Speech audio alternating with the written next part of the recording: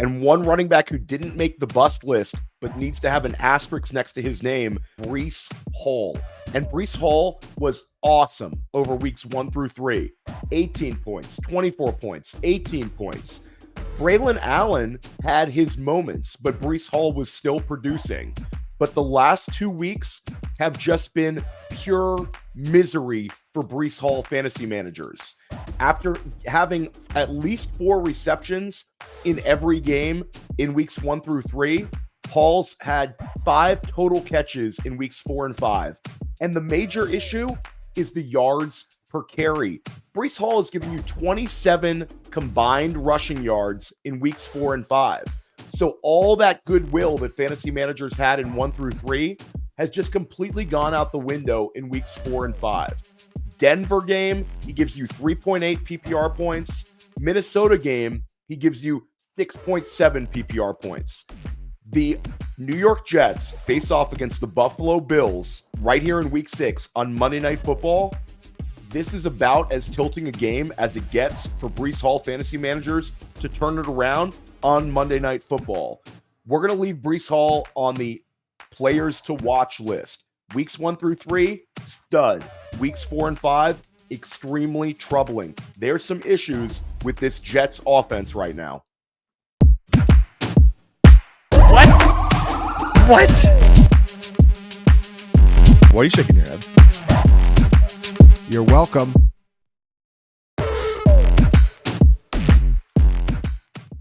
I'm Theo Greminger here for Fantasy Points, and we got to start at the quarterback position. Let's talk about Anthony Richardson.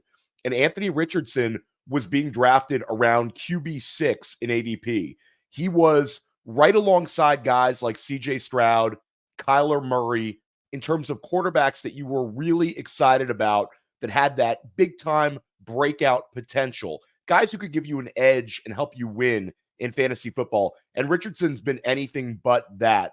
One of the major problems, the completion percentage. He is passing a 50% completion rate right now. That is one of the lowest completion rates that we have seen as a starting QB, certainly in the NFL this season. He's QB 20 on the season. Now, to his credit, he was knocked out of week 4. So that game should have a little bit of an asterisk on it. But when you come down to it and you look at what Joe Flacco was able to do in the same offense, Joe Flacco through 1.5 games on the field has now passed for 5 touchdown passes. And Joe Flacco in week 5 passed for 359 yards and 3 touchdown passes. The offense looks more functional with Joe Flacco, and that was without Jonathan Taylor. A lot of pressure on Anthony Richardson when he returns from injury to not only establish himself as the quarterback with no pressure behind him, but also return some value for fantasy managers in redraft and in dynasty betting on a huge breakout this season. Staying at the QB position, we got to talk about Patrick Mahomes. Patrick Mahomes was QB 10 last year. Everyone was looking for a massive bounce back season. This was going to be the year that Mahomes challenged for a QB1 overall finish. And looking at Mahomes, it's not completely his fault. Hollywood Brown went down with an injury in the preseason. He's basically out for the year.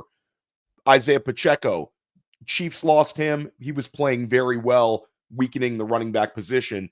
And most recently, Rashee Rice, who was performing at a top 5 level, sent to the IR. So Mahomes has had some attrition, but at the end of the day, Patrick Mahomes was a player being drafted as a top 4 player at his position, and he is currently the QB 16 overall. Patrick Mahomes is not giving you the same kind of QB finishes that we paid for in ADP. And when you couple that with the fact that he was drafted right alongside Lamar Jackson, and Lamar Jackson is currently the QB1 overall, we haven't seen Patrick Mahomes give us a top 5 weekly finish at the QB position since week 7 last year. Now, I'm recording this before Monday Night Football. Maybe Mahomes goes nuts and has a 5 passing touchdown game, but I wouldn't bet on it. Right now, he has limited weapons. Travis Kelce is older. Xavier Worthy, we're waiting for more consistency there. And we have a big change in the running back position. So Mahomes is really more of a game manager than someone elevating your fantasy team. And right now, based on what you paid for him in ADP, he is a massive bust at the quarterback position. Switching over to the running back position, we got to talk about Christian McCaffrey right at the top. And he's injured, but this is an injury that occurred late. And fantasy managers were drafting Christian McCaffrey up until September, announced like he was going to miss game one, and this was potentially a shorter term injury. This has turned into a long-term mess.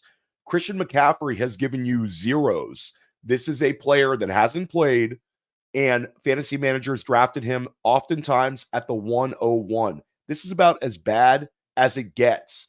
You put this sort of draft capital into a player, and then you see his backup, Jordan Mason, putting up RB1 numbers in this San Francisco offense.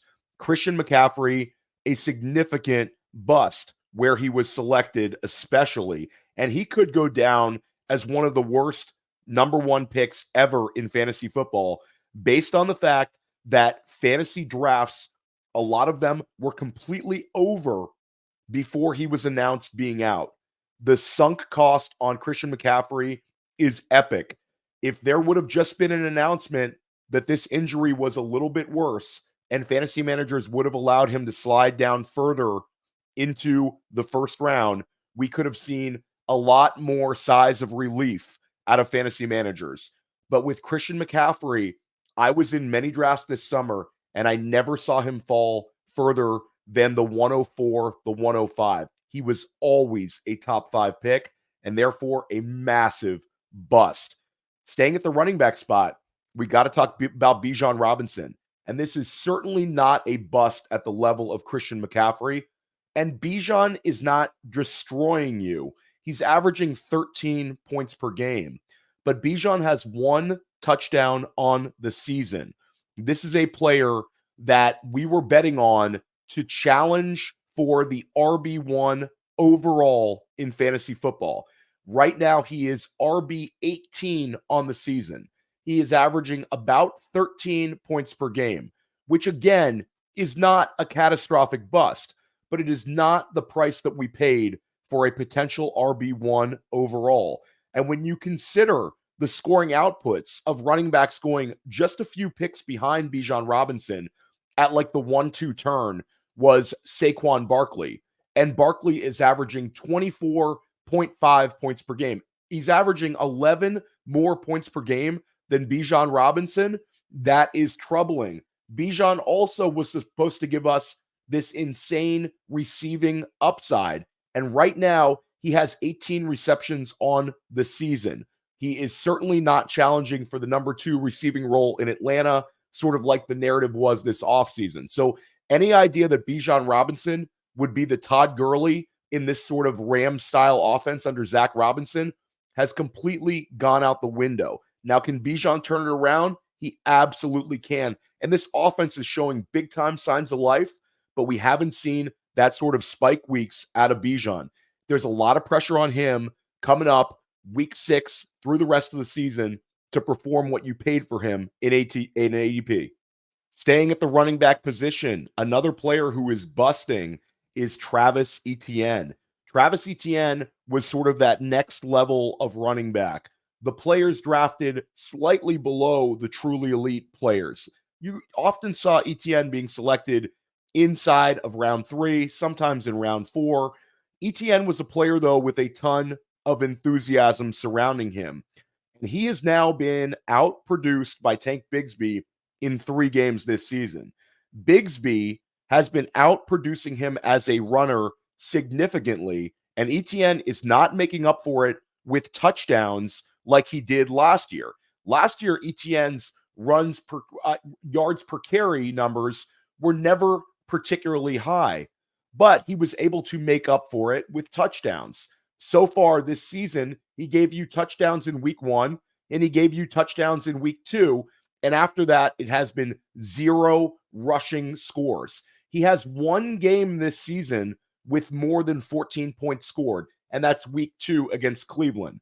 It's been pretty much a purgatory number out of him every single week. You're getting okay numbers, but not enough to drive the needle, and you'll probably have a losing record if you were leaning on Travis Etienne as your RB1 this season. The bigger issue with Etienne is Tank Bigsby is balling. He's playing really, really well. So the gap between Etienne and Bigsby in terms of usage could actually flip over to Tank Bigsby. The Jaguars need offensive sparks, and it's Brian Thomas and Tank Bigsby who have been providing those. So you could see a youth movement in Jacksonville with Bigsby potentially taking over the position, making this draft pick even worse for Travis Etienne fantasy managers. And one running back who didn't make the bust list, but needs to have an asterisk next to his name because there is some shaky ground going right now with Breece Hall.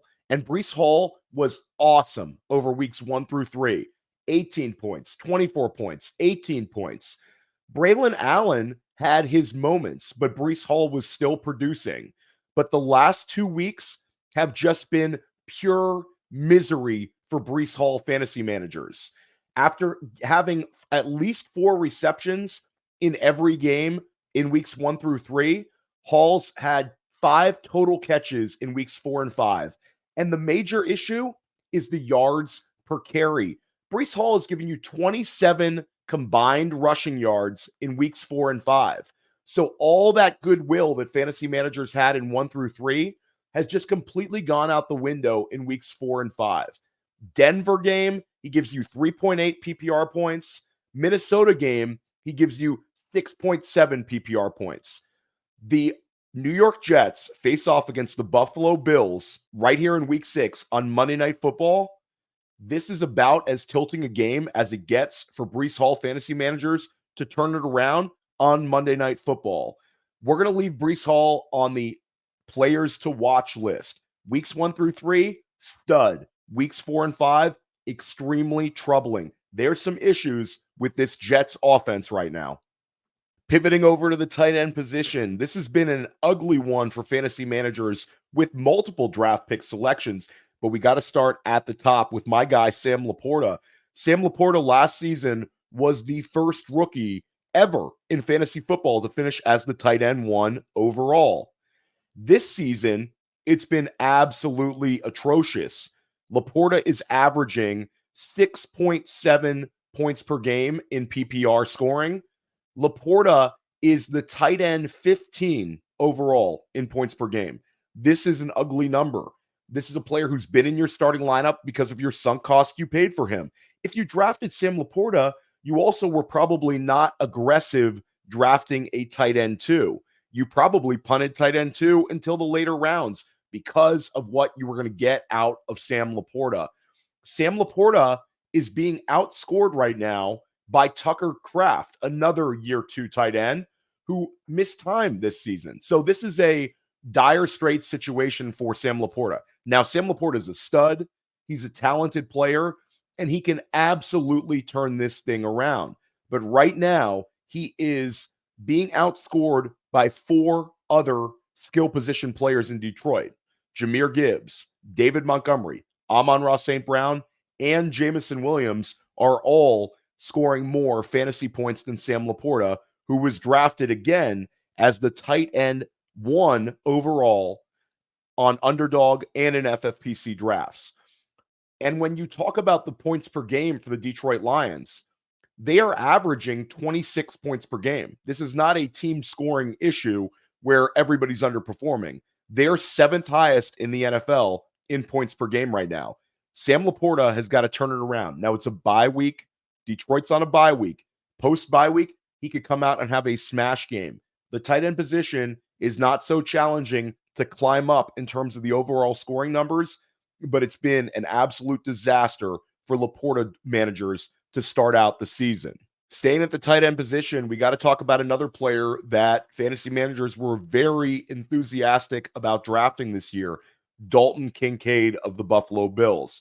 the situation was an easy one. Dalton Kincaid had a clear pathway to being the number one target in the Buffalo Bills offense. Stephon Diggs, Gabe Davis, both gone. Longtime wide receivers for Josh Allen, now on other teams, with Diggs now a Houston Texan, Gabe Davis now a Jacksonville Jaguar. Dalton Kincaid flashed last year as a rookie. He set the all-time record for Buffalo Bills in terms of rookie tight end receptions. Kincaid was a player being mentioned as a dark horse tight end 1 overall candidate, alongside guys like Trey McBride, Sam LaPorta. This was a player that was considered to have immense upside. Now we've got some issues. Through 5 weeks played, Dalton Kincaid only has 15 receptions on the season. He's only averaging 7.5 points per game in PPR scoring. This is not good. You also have Khalil Shakir, who has led Buffalo in receptions. Shakir was drafted significantly lower than Dalton Kincaid. And to make matters worse, Khalil Shakir also missed a game this season. So Kincaid is not leading them in receptions. And in fact, he's a purgatory player, if not one who would be better suited to be on your bench. Now, Kincaid could turn this thing around. Again, the tight end position is not so restrictive that Kincaid cannot climb up the ranks just by having 3 or 4 very solid games in a row. But if you paid mid-round, 4th round, 5th round price for Dalton Kincaid, you are not happy right now. In fact, you have an issue at the tight end position. Now let's pivot over to the wide receiver position. And there's a number of players that we consider slight busts. And bust is an operative term here. These players are certainly not busts in like the classic sense, guys like LaPorta failing to score. But right now, let's keep a couple eyes on a couple of wide receivers that have just not been performing at their level of ADP. CeeDee Lamb is averaging 15 points per game, but right now averaging fewer points per game than guys like Jamar Chase. Certainly, we're not going to put him in this category, but that's one to keep an eye on just based on the impact. Marvin Harrison Jr. averaging 13.8 points per game.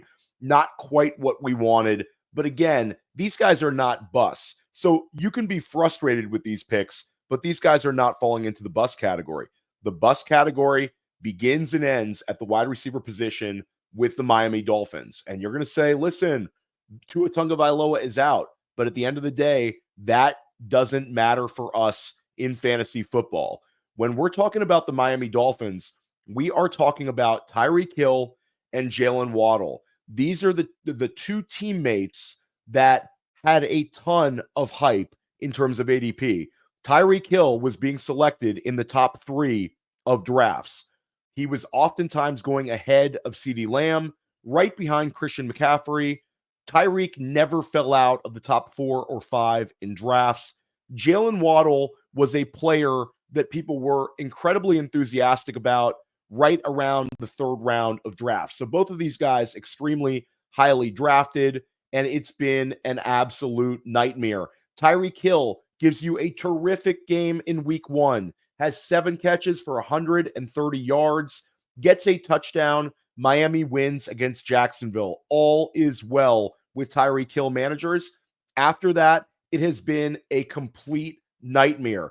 Tyreek Hill has 16 catches in weeks 2, 3, 4, and 5 combined, and he's only given you one single game with over 10 PPR points. This is a colossal failure of a pick. Tyreek Hill's scoring numbers, 6.6 PPR points, 7 points, 8.2, and then against the New England Patriots in week 5 gives you 12.9. You've also seen a lack of targets.